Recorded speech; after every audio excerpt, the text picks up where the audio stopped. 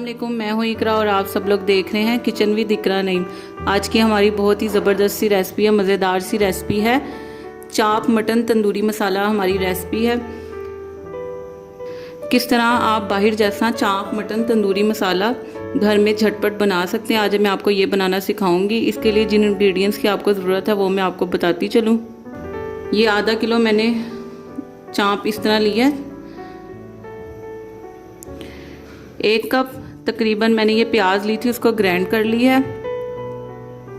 अदरक लहसुन का पेस्ट लिया है, तकरीबन मैंने 1 से 1.5 चम्मच लिया है, यानी कि 1.5 टेबल स्पून मैंने अदरक लहसुन का जिंजर गार्लिक पेस्ट लिया है। उसके बाद मैंने यहाँ पर लिया है ये जायफल का पाउडर। ये इसको जब मैं आपको डालूंगी इसकी क्वांटिटी मैं आपको तब बता दूंगी। ये जावित्री का मैंने पाउडर लिया है। ये मैंने सौंफ का पाउडर लिया है। यहाँ पर मैंने कुटी हुई हरी मिर्च ली है। हरी मिर्च को मैंने मोटा मोटा ग्राइंड कर लिया था। उसके बाद ये मैंने खुशबू के लिए कसूरी मेथी ली है। दही लिया है हमने। उसके अलावा यहाँ पर हमने पिसा हुआ गरम मसाला लिया है, जरदई रंग लिया है, नमक लिया है, कुटी हुई लाल मिर्च ली है, हल्दी ली है और देगी मिर्च ली है और हस्बे ज़रूरत पानी हमने इतना लेना है जितनी हमें रिक्वायरमेंट हो, यानी कि गोश्त को गलाने में जितनी हमें रिक्वायरमेंट हो उतना हमने पानी लेना है। पानी हस्बे ज़रूरत है। मैंने यहाँ पे लिया है प्रेशर कुकर, उसमें मैंने ये सारी चांपें डाल दी हैं। इसमें अब हम ये 1 कप जो हमने लिया था प्याज का पेस्ट मैंने बना लिया था वो डालेंगे। अदरक लहसुन 1.5 टेबल स्पून हमने लिया था वो डाल देंगे। 1/2 टीस्पून ही हमने जायफल पाउडर डालना है। 1/2 टीस्पून ही हमने जावित्री पाउडर डालना है। 1/2 टीस्पून ही हमने पिसी हुई सौंफ डालनी है। सौंफ का हमने ये पाउडर बना लिया था। 4 से 5 मैंने हरी मिर्च ली थी, उनको मैंने मोटा मोटा ग्राइंड कर लिया था, वो डालेंगे। मैंने दही लिया था, इसको भी हम डाल देंगे।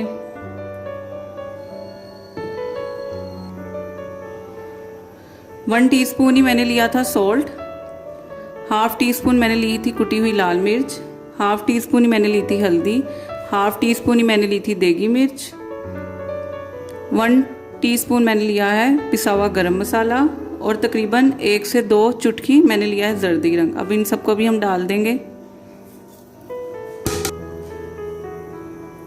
1 से 1.5 गिलास हम इसमें पानी शामिल कर देंगे।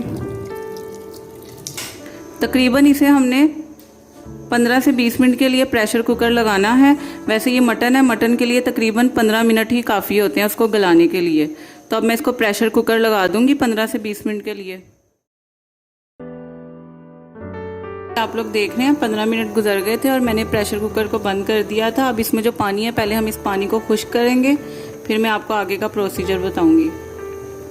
दरमियानी आंच पे रख के आपने इसका पानी खुश्क करना है।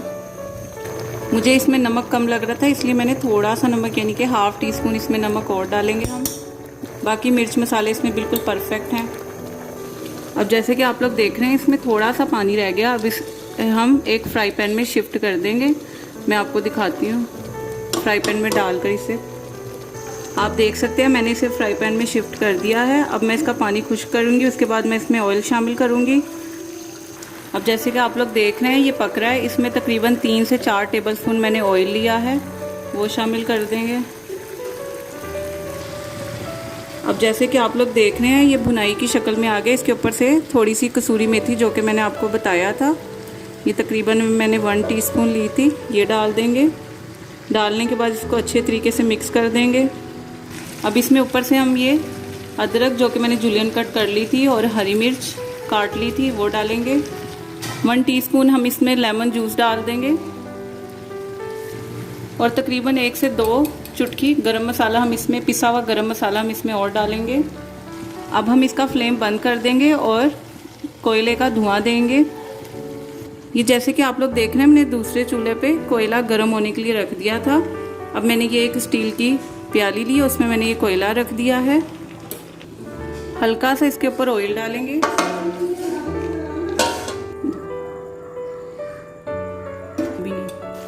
अब हमने इसे कोयले का धुआं दे दिया है। बहुत ही ज़बरदस्त और बहुत ही मज़ेदार सी खुशबू आ रही है। अब हमने इसमें लेमन के स्लाइस डाल देने हैं।